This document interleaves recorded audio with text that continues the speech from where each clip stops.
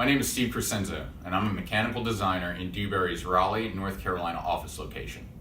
Today, I'm going to briefly talk to you about occupied renovations of critical laboratory facilities. Oftentimes, MEP engineers are tasked with upgrading mechanical and electrical systems in facilities where continuous lab operation is critical and disruptions to workflow must be minimized. The first step is to know the unknowns, such as the limitations of the existing mechanical and electrical systems, architectural limitations, lab equipment requirements, and whether temporary mechanical or electrical sources will be required.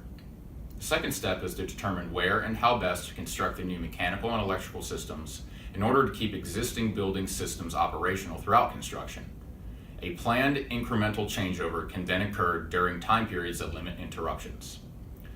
Lastly, we develop a comprehensive phasing plan for renovations that are to take place within the occupied space. This is achieved by segmenting the project area based on function or project milestones, prioritizing those segments, and identifying which temporary measures are required to prevent interruption to operations. These are the three critical steps of an occupied laboratory renovation.